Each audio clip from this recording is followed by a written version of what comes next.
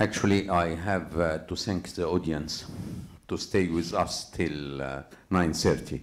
That's too much. And really appreciate Dr. Ala for the continuous teaching of us. And we still have a presentation, but yeah, it's okay. Are you ready?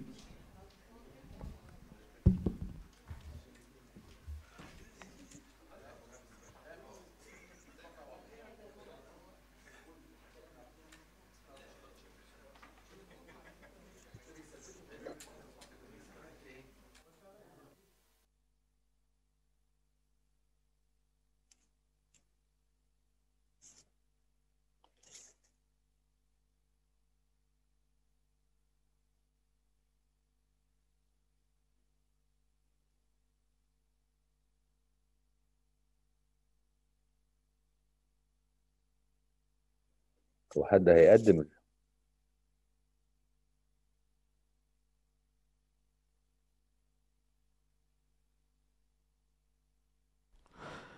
أهلا دكتور ياسر، أهلا بحضرتك. We miss you yesterday and we are going to continue with Dr. Yasser the presentation of yesterday, non-small cell lung cancer immunotherapy. Thank you very much. Bismillah ar-Rahman ar-Rahim. Before starting, I'd like to thank the organizers of the ACOD, the Alexandria Oncology Conference. And I would like to extend my gratitude and my thanks to MSD for their kind invitation and for giving me this nice opportunity to be online, unfortunately, with you today. My topic today will be on the first-line immunotherapy in non-small cell lung cancer. Where do we stand in this year and maybe in 2021? This is my agenda today. Introduction and overview, simple introduction, 2 slides to remind you what is the problem of lung cancer, the current strategies and trial in the first line setting of non-small cell lung cancer treatment, general consideration for the treatment selection in the first line, how to select our patient, what are the criteria, and I'll pass rapidly through the newcomers this year. Newcomers are immune checkpoint inhibitors apart from the well-known players. I'll end by guidelines and conclusion. This is just to remind you about non-small cell lung cancer. It is a major health problem, not only globally, but in our region, specifically in Egypt. We are dealing with more than 69, nearly 70% of the cases are presenting with locally advanced and metastatic disease. Added to the fact of more than 50% of non-small cell lung cancer patients are without an actionable biomarker. But today we have MET inhibitor, we have a RET inhibitor, we have BRAF inhibitor. So are moving towards identification and we're moving towards identification of the target and identification of drugs for these targets. So we have now druggable targets in non-small cell lung cancer. This is the fact of, this is the slide of the players we have. All of them act with 5 different strategies. The first strategy is to give immunotherapy alone. We have data from the pembro, atezolizumab, and durvalumab, or to give immunotherapy plus chemotherapy with or without targeted therapy. We have the atezo and the pembro, or to give immuno plus chemotherapy. We have data from the nivo AP, durvalumab, tremi, do negative. We have data from the immuno, some sort of combination, nivo and AP, durvalumab and tremi. And I will pass, as I have said, through the newcomers presented this year in last ASCO and last ESMO. Let us start by the first strategy, which is monotherapy, to give immunotherapy as a single agent. I'll pass through the nivo, pembro, durvalumab, and the atezolizumab. Let us start by nivolumab, the checkmate, well known to you, checkmate 026.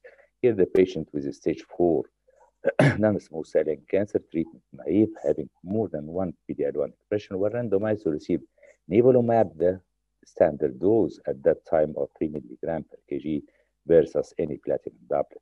The primary endpoint of this trial was a progression-free survival in more than 5% PD-L1. Actually, the trial didn't show any superiority of immunotherapy versus chemotherapy. As you can see on the left, hazard ratio of 1.15 for the progression-free survival, and on the right, hazard ratio of 1.02 for the overall survival. So actually, it was a negative trial, the checkpoint 026. Another important trial in the monotherapy strategy is Keynote 024. Actually, it was a phase 3. Here it selected a subtype or subpopulation of the non-small cell lung cancer, which is the category of more or equal to 50% pan-wild, more or equal to 50%, were randomized to receive the classic standard dose of pembro 200 every 3 versus platinum doublet chemotherapy. And the primary endpoint here was the progression-free survival. Second endpoint was the overall survival. Look at the data here presented in the ESMO 4 years ago, showing superiority of the monotherapy pembro versus chemotherapy in the first-line setting, showing hazard ratio of 0.5 superiority in the progression-free survival, which was the primary endpoint. This is the updated analysis with more and more duration of follow-up. You can see here that pembrolizumab is still acting with prolonged follow-up period, showing a median survival of 26.3 versus 14.2 months superiority in the overall survival, which was the secondary endpoint of this trial. Again, the 5 years overall survival, the updated analysis of the overall survival of the Keynote 024 at 5 years, 6 months. If you look at 6 months, the overall survival has been doubled, 16 versus 32, more than double or double overall survival at 5 years. So with this approach of monotherapy strategy and pembrolizumab strategy as monotherapy, it achieved a very good control, a very good promising survival of our patient with metastatic non-small cell lung cancer. That is to say 32% of our patients are surviving at 5 years. And this is a progression-free survival, again, with more prolonged follow-up, showing superiority of the monotherapy arm. And look at the curve. Don't forget the curve.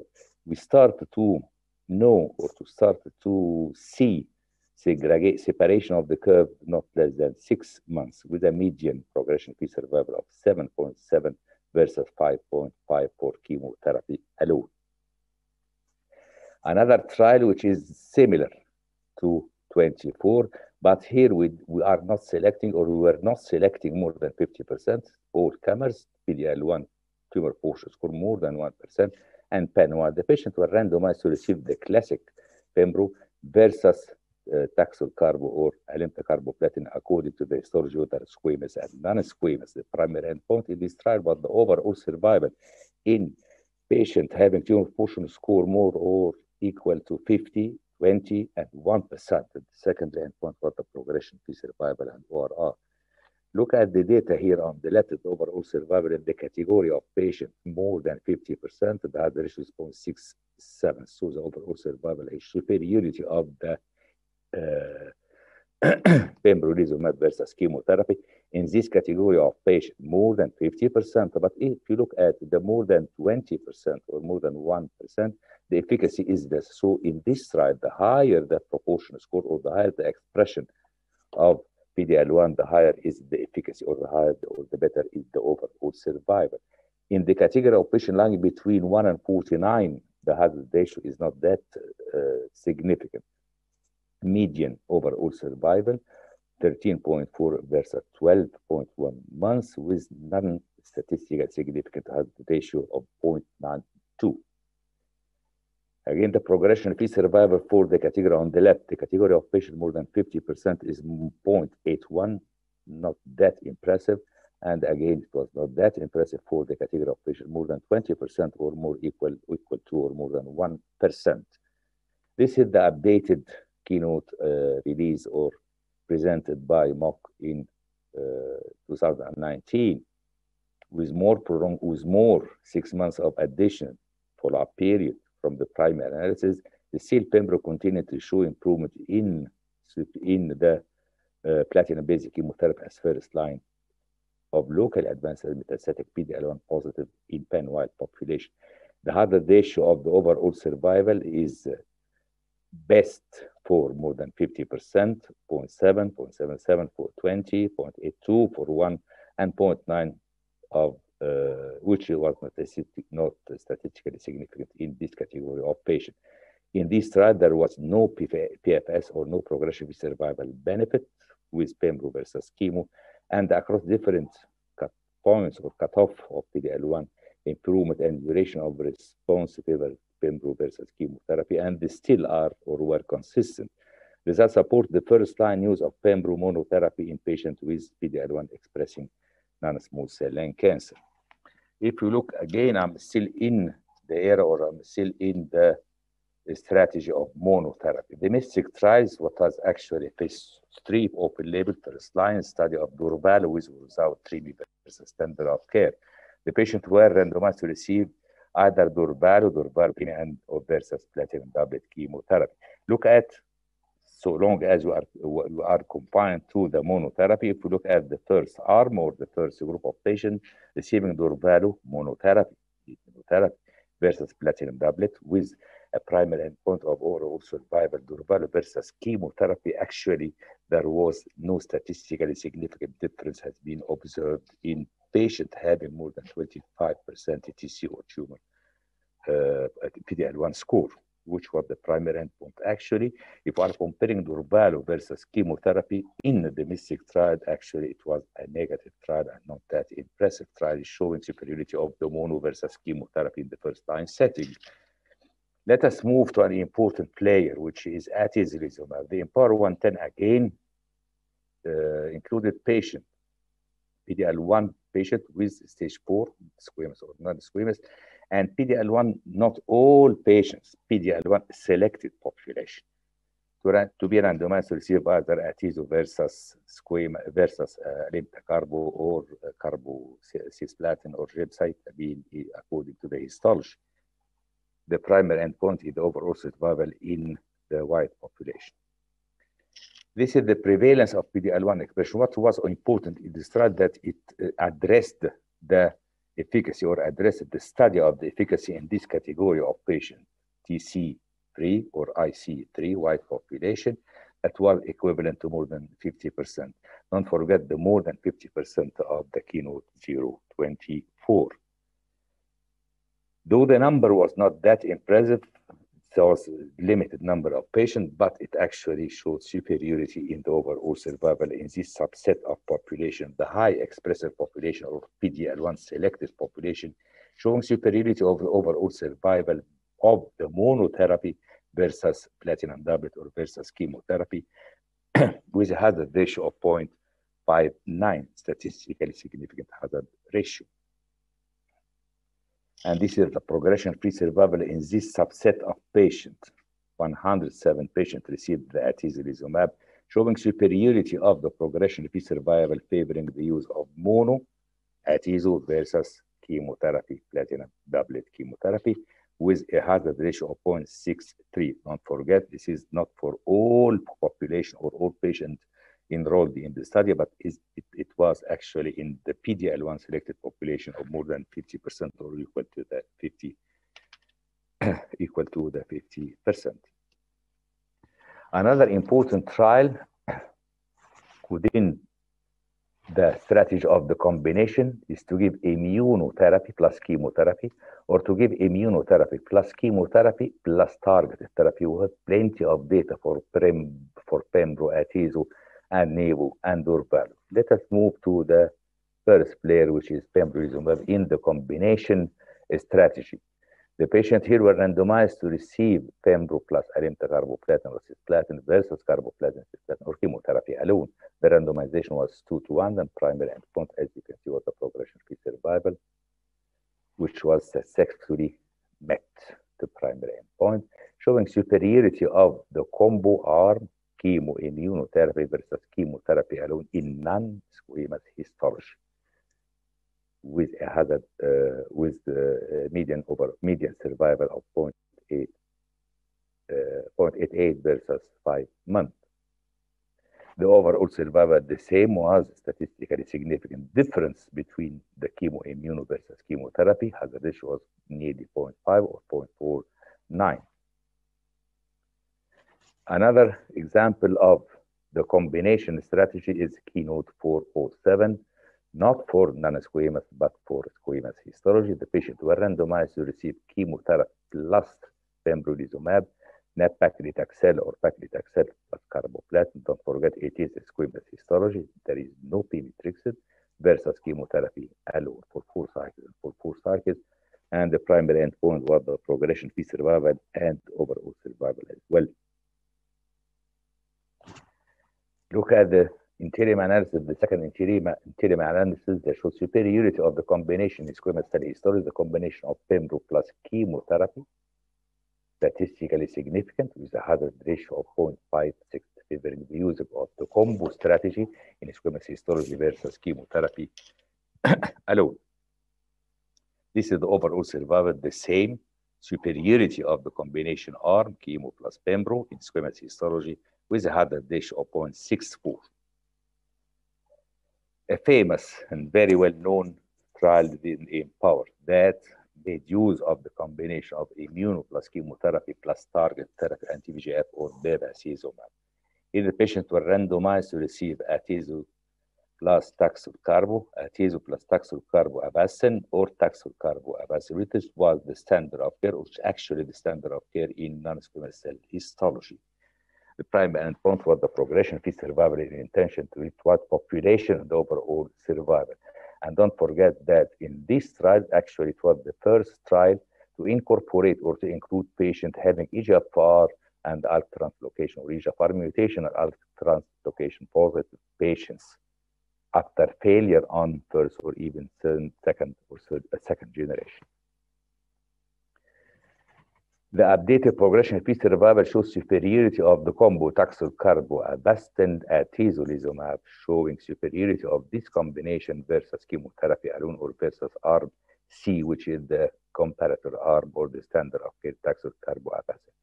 There was statistically significant and clinically meaningful progression-free survival with this combo versus the standard of care previously observed, and to continue to improve with additional follow-up.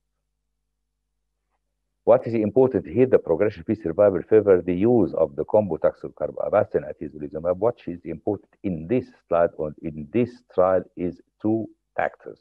That actually this combo taxol carbo Avastin atezolizumab does work very well in EGFR mutation and ALK translocation positive patient. Look at the hazard ratio of the EGFR mutation patient for the progression-free survival. It was 0.6, identical to the intention to treat population. The second important factor, the presence or absence of liver metastasis, the progression-free survival. Look at the hazard ratio is 0.4, statistically or very highly statistically significant hazard ratio, favoring the use of the combination in the presence of liver metastasis. But actually, I don't believe that the site of metastasis will dictate your decision making to give this or that drug. This is the overall survival in intention to treat population, showing superiority of the arm B, the study arm, versus the comparator arm of taxol carbo Avastin. Again, the overall survival in the presence or absence of liver metastasis. Again, liver metastasis in liver metastasis patients showing superiority of the progression of the overall survival when using the combo arm of the 4 drugs. And look at the first row. The higher the expression, the better is the overall survival. 0.7 hazard ratio for high expressor, though 20%, not a very high number, 136 patients, but the higher the expression, the better is the efficacy of the drug. The Empower 130, again for non-squamous histology, but actually here the backbone has been changed from pemetrexed platinum to nab-paclitaxel carboplatin plus atezolizumab, showing superiority again in this trial, not alinta carboplatin, but it was carboplatin paclitaxel plus atezolizumab with a median follow-up, respectable median follow-up of 20 months, showing superiority of the combo versus chemotherapy alone with a hazard ratio of 0.64. Again, the overall survival, the hazard ratio was 0.79, superiority of the combo, immunocombo in non-small cell lung cancer. Don't forget the Empower 130 made use of the backbone of the nab-paclitaxel carboplatin and not alinta carboplatin. In Power 132 is identical to or similar to 189, the keynote 189, non-squamous histology, pan-wide, receive alinta carboplatin plus atezolizumab versus platinum doublet or pemetrexed with carbo or cisplatin. The primary endpoint again was the OS, the progression-free survival, and the overall survival as well. Yes, you can see here the progression-free survival was statistically superior, significantly superior for the combo arm with a hazard ratio of 0.60 with a median follow-up period of nearly 15 months. This is the overall survival, which was not that impressive difference with a hazard ratio of 0.81 comparing chemoimmuno versus chemotherapy alone. The Empower 131 for the squamous. So you have for the squamous the keynote 407 positive trial, and for the squamous also we have the Empower 131 randomizing patient to receive carboplatin paclitaxel plus atezo or atezo plus carboplatin and nab-paclitaxel, and the control arm the standard of care as a platinum doublet with the carboplatin nab-paclitaxel in the squamous cell histology, and the primary endpoint was the PFS or the progression-free survival and the overall survival as well. The result favored the use hazard ratio of 0.71 in the progression-free survival, which was the primary endpoint, superiority of atezo plus chemotherapy or platinum doublet versus platinum doublet in squamous histology. Again, the overall survival intention to treat population was not that impressive with a hazard ratio of 0.88. So we have a gain or statistically significant gain in the progression-free survival and not the overall survival. Another important trial studying the value of the combination. We have the Checkmate 227. Actually, it is not an easy design. It is nearly complicated design, more or less complicated design. The patient were randomized according to their PD-L1 expression, more than 1% into nivo-epo versus chemotherapy versus nivo alone, in less than 1%. Let us focus on the nivo plus chemotherapy. I mean, the strategy of immuno plus chemotherapy versus chemotherapy alone in the part 2 or in the patient having less than PD-L1 expression. Nivo plus chemo versus chemo in patient with less than 1% tumor PD-L1 expression, showing superiority of the nivo chemo versus chemotherapy with a hazard ratio of 0.74. Again, still we have to focus on the checkmate. Within the strategy of immuno plus immuno and not immuno plus chemotherapy, strategy of immuno plus immuno, let us go to the part 1 of the trial Checkmate 227. The same, nivo plus EP versus chemo versus nivo in patient having PD-L1 expression more than 1%. And actually, the data favor the use of nivo EP versus chemotherapy, and it has been approved as a combination in patient having PD-L1 expression, has been FDA approved in patient having more than 1% PD-L1 expression. This is the 3-year update overall survival with nivo plus EP versus chemotherapy, hazard ratio 0.79. Again, it has been approved last May as first-line treatment in patient more than 1% PD-L1. Again, just to remind you, we have presented before the MYSTIC trial. I discussed it before within the strategy of the monotherapy. Now we are moving, or actually under the umbrella of the immuno or the combo, immuno plus immuno versus standard of care or versus platinum chemotherapy, durvalumab plus tremi versus platinum-based chemotherapy, and the primary endpoint was the overall survival. And actually, for the progression-free survival and the overall survival in patients having PD-L1 expression more than 25% as a primary endpoint for PFS, OS, actually this trial was a negative trial if you are looking at the PFS or OS. Again, this is the press release of the Neptune. Actually, again, unfortunately, it was a negative trial. It didn't show any superiority of durvalumab plus tremi versus the standard of care. Let us move to another strategy, immuno plus chemotherapy. We have data from Nivo-AP, and we have data though, that impressive Burbado and Trini. Let us go to this and very important trial concerning the design of the trial itself and the results of the trial. Actually, let us move and go through the details of the study of this trial. Here the patient, squamous or non-squamous, were randomized to receive Nivo plus EP plus 2 cycles of chemotherapy versus 4 cycles of chemotherapy. And the primary endpoint in this checkmate 9LA was the overall survival. And don't forget that this combination has been FDA approved again last May or May 2020. The primary endpoint, the overall survival, was statistically superior for the combination of Nivo plus EP plus chemo. So the combination of immuno plus chemo in this trial was positive actually, but I don't know exactly what is the rationale beyond the 2 cycles and not 4 cycles, and what is the rationale or what is the explanation of what I will present in the next slide. This is the progression-free survival, superiority of the Nivo-AP plus 2 cycles of chemotherapy versus chemotherapy 4 cycles, superiority of the progression-free survival with a hazard ratio of 0.68.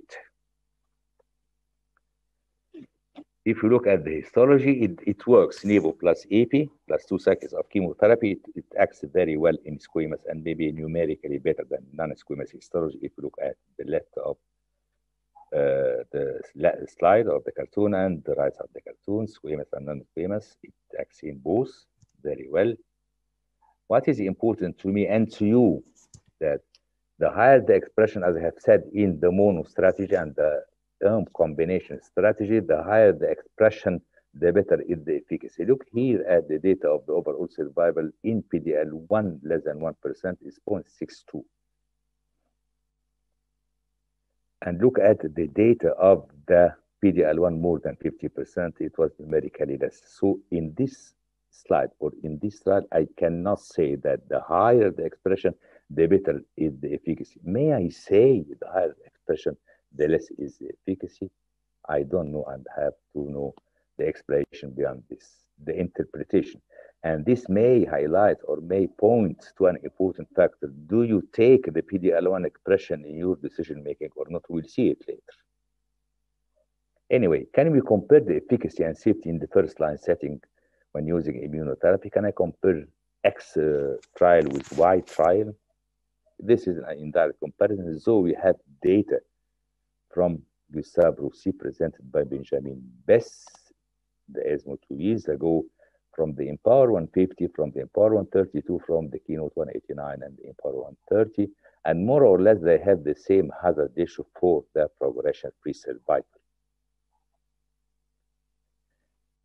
The same for the overall survival, chemotherapy plus immunotherapy, the combo arm, the same trials, 150, 150, 132, 189, and 130, and all of them are more or less the same, except the Keynote 189 that show hazard ratio for the overall survival of 0.49. Otherwise, the rest of the trials show this more or less similar hazard ratio or similar efficacy. Can we compare the toxicity? Yes, in an indirect way. What is important to me as a clinician, and definitely for you as decent or eminent clinician and physicians, the percentage of the patient or the percentage of the adverse event that led to the discontinuation, which again was highest in the Empower 132 and less for the Empower 150 and chemo. So the higher percentage of adverse event that led to continuation has been observed numerically in the Empower 132. This is summary of randomized trial in the category of patient having more than 50% tumor proportion or PDL1 expression more than 30%. We have data from the Keynote 24, 42, 189, 150, Checkmate 227, the Empower 130. All of them show superiority in the overall survival when using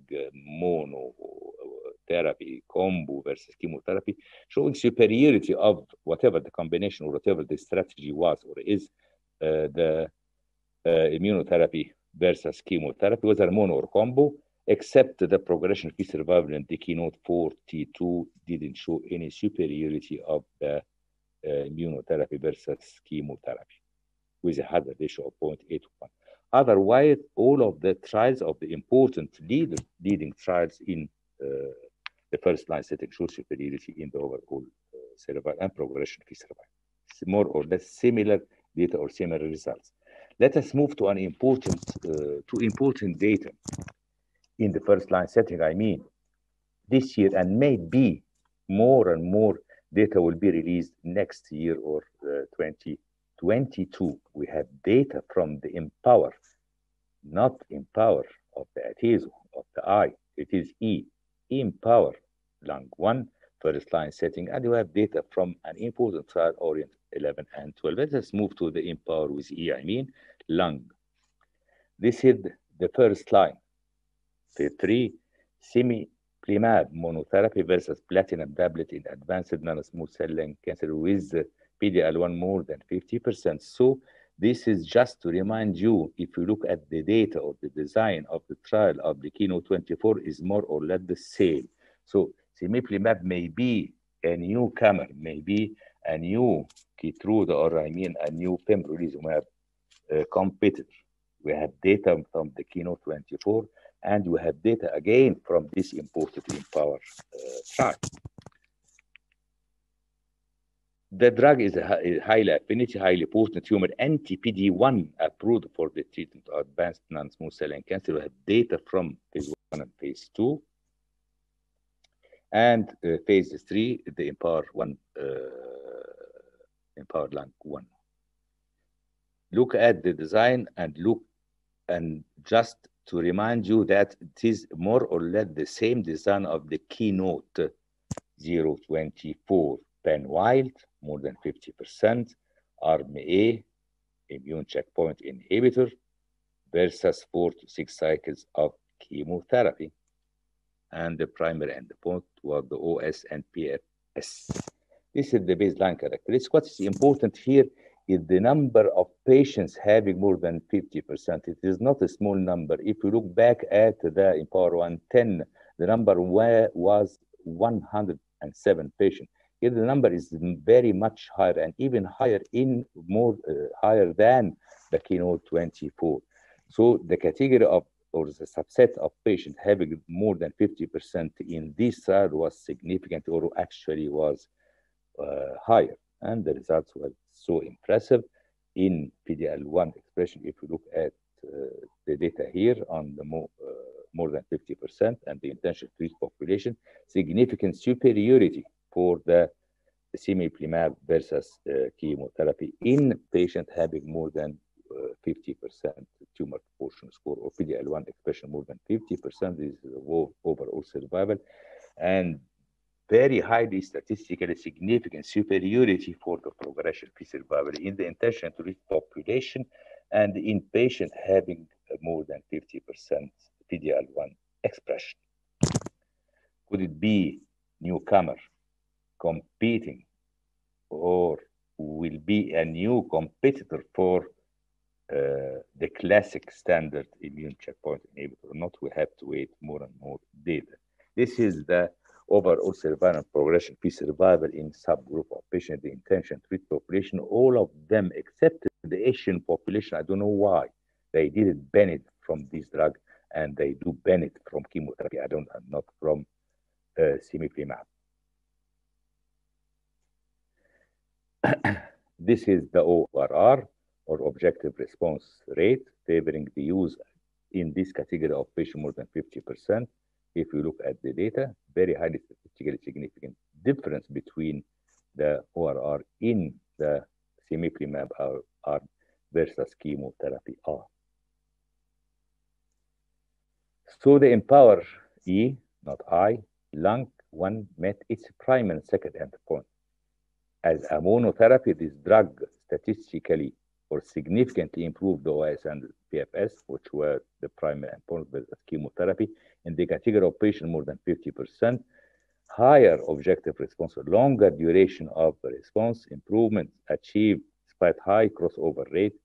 The higher the expression correlates with better outcome with this drug or cemiplimab, with very good quality of life, positive benefit risk profile of cemiplimab.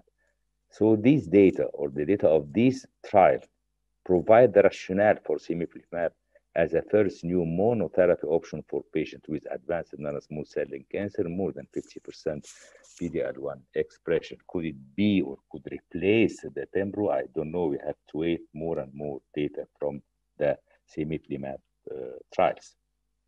Another important player or newcomer is sintilimab. I know it is Chinese, but actually it works in squamous and non-squamous. In the first line setting, you have data because of the sake-up time. I will present the Orient 11, the Orient 11 for non-squamous histology, monotherapy for non-squamous histology. And the Orient 12, sintilimab plus chemotherapy for squamous cell histology. I insisted to present these data because actually it was the first line, phase 3 first line trial combination strategy that combined immunotherapy with gemcitabine. It never happened before. So actually it was a leader in this concept or this idea. The Orient is a randomized double-blind phase 3 trial comparing chemorrhea versus gemcitabine platinum first line for advanced. I mean comparing sintilimab plus chemotherapy. The patients were randomized to receive sintilimab plus gemcitabine, carboplatin or cisplatin, versus the standard of care gemcis or gemcarbo for squamous cell histology. And the primary endpoint was the progression-free survival by independent periodic review or IRCC. Look at the bottom here, which is important. Superiority of the combo, Sintili plus gemcis or gemcarbo, and the survival probability or the overall survival is significantly better with a hazard ratio on the left for the overall survival of 0.536 and on the right 0.532 for the updated analysis. So again, it shows superiority in the progression-free survival in squamous cell histology, combination of Sintili plus carbogem or cisplatin, the secondary endpoint. The overall survival is still not that mature, but it actually showed impressive and promising result with a hazard ratio of 0.567. So Orient 12, sintilimab, is the first double-blind randomized study of an anti-PD-L1 antibody in combination with gem as first-line setting for squamous. Sintilimab combination with platinum gem significantly improved the progression-free survival versus gemcis or gemcarboplatin. The overall survival impressive, showing nominal improvement in the sintilimab combination. The combination has manageable safety profile and no added safety signal has been observed in this trial. So after exploring different approaches, how to select our patients or how to select your regimen in the first line setting, to give your patient monotherapy, to give your patient, immunotherapy, or combination of immuno plus immuno, immuno plus immuno plus chemo, immuno plus chemo plus target. How to select, it is not an easy job because after the ESMO and after the ASCO last year, or this year, 2020, and after the ESMO 2020, the standard or the treatment of non-small cell lung cancer in the first line setting has been or has become more and more complicated. We have data from RET inhibitor, we have data from MET inhibitor, we have data from the BRAF inhibitor, we have data from immune checkpoint or immunotherapy. Anyway, how to select? Do you think, or do you look at the histology, squamous or non-squamous? Do you look at your biomarker, PD-L1, high, low, negative, positive, tumor mutation burden, does it work or not? EGFR, patient having EGFR mutation or ALK translocation. but not in first line setting, because actually we give not immunotherapy in the first line setting, we give the oral TKI. Do you look at the duration of symptoms of your patient, the tumor burden, or not? Do you look at the performance? Yes, I have to look at the performance. If you look at all the data I presented, we do not exceed the performance 1. Do you look at the smoking history or the sex? Your patient is male or female. You look at the smoking history because you have data in the Keynote, 189 and Keynote 24, comparing immunotherapy, monotherapy versus immuno plus chemotherapy. In a never smoker, the data are positive for, never smoker, for the combo. So if you have a patient, never smoker patient, do you think to give immunomono or immunocombo is a challenging question. The sex, male or female, do female benefit in PD-L1 less than 1%? Do female benefit from the first line setting, from combo or not? So you have to look at many factors in our, before starting our treatment or before making our decision treatment. If you look at the PD-L1, the higher the efficacy, the better is the survival. We have data from the Checkmate 9LA. It acts very well, combo, nivo-ipi, plus 2 cycles of chemotherapy in PD-L1 than 1%. May be better numerically than more than 50%. And you have these data from, or this data from the pooled analysis from published last September, or September 2020 in Cancer, which is a journal among the American Cancer Society journals. Pooled analysis, including patients from 3 randomized controlled trials, the Keynote 21G, actually it was a phase 2, from the Keynote 24 and from the Keynote 189 and from the Keynote 407. It included actually 444 patients, PD-L1 negative patients, among 1,320 patients. Okay? Again, this subset of patients are negative expressors, PD-L1 less than 1%, and the data here, this is the enrollment and patient disposition. The overall survival for this group of PD-L1 negative population showed superiority of the combination arm, chemoimmunotherapy versus chemotherapy alone. Look at the 12 months rate, 2 years, and the median, and even at 3 years, 25 versus 14% rate overall survival. So may I say, or may I, according to these data and the data of the Checkmate 9LA, that combination chemotherapy did act in PD-L1 negative or not? It is a very important challenge question.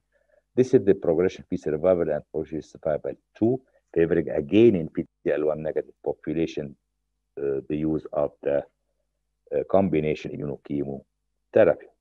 So pembrolizumab plus chemotherapy improved the overall survival with hazard ratio and progression-free survival over chemotherapy alone in PD-L1 negative patients. 16 patients in the pembro plus chemo arm continued treatment for 2 years of pembro. The objective response rate was 87.5%, and the 3-year overall survival rate was 100%. Adverse events were experienced in 99 of the patients receiving pembro plus chemo, and 98.9 or 99 of the patients received chemotherapy alone. So there was no added toxicity in this pooled analysis of the 444 patients. So we may think that chemotherapy plus immunotherapy act in, and don't forget the Checkmate 9LA and this pooled analysis of pembrolizumab in this, I know, small number of patients, 444 patients. So where to go with immunotherapy in the first line setting this year? Let us go to the guidelines.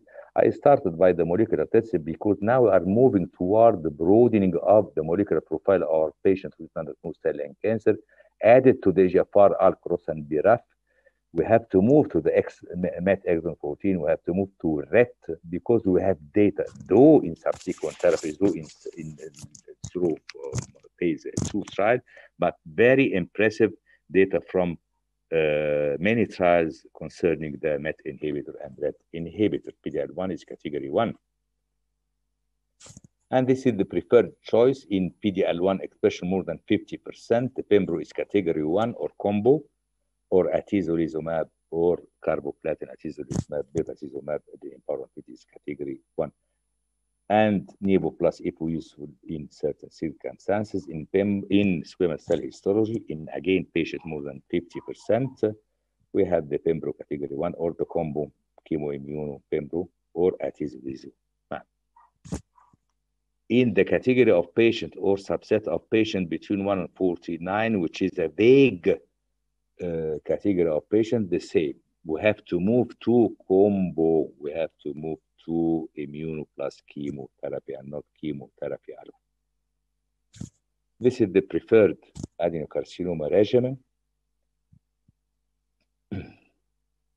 This is for the squamous. And in immunotherapy, don't forget that more than 75% of our patients will not benefit from immunotherapy because of many reasons. One of them is the selection. So in immunotherapy, you have to choose and check our patient thoroughly and in a very accurate way, at least to determine or to exclude those patients who will not benefit from immunotherapy. Immunotherapy in the first line setting for non-small cell lung cancer or immunotherapy for non-small cell lung cancer this year and the next year, who will be the winner in the first line setting or the second line setting, and who will be the winner within the first line setting? What is the best strategy, monotherapy or combination with chemo-immuno plus targeted therapy? And don't forget that clinical strength is not only to master one approach, but many.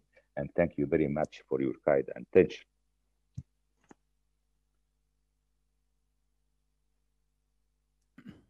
Thank you, Dr. Yasser, for this very comprehensive review of all the immunotherapy and for the non-small cell lung cancer. The floor is open for questions. Do you have? Actually, it was a very long day and very condensed program. And do you have any questions? Okay, thank you, Dr. Yasser, and we wish you. Thank you. Shukran, merci. Shukran. Thank you. Thank you.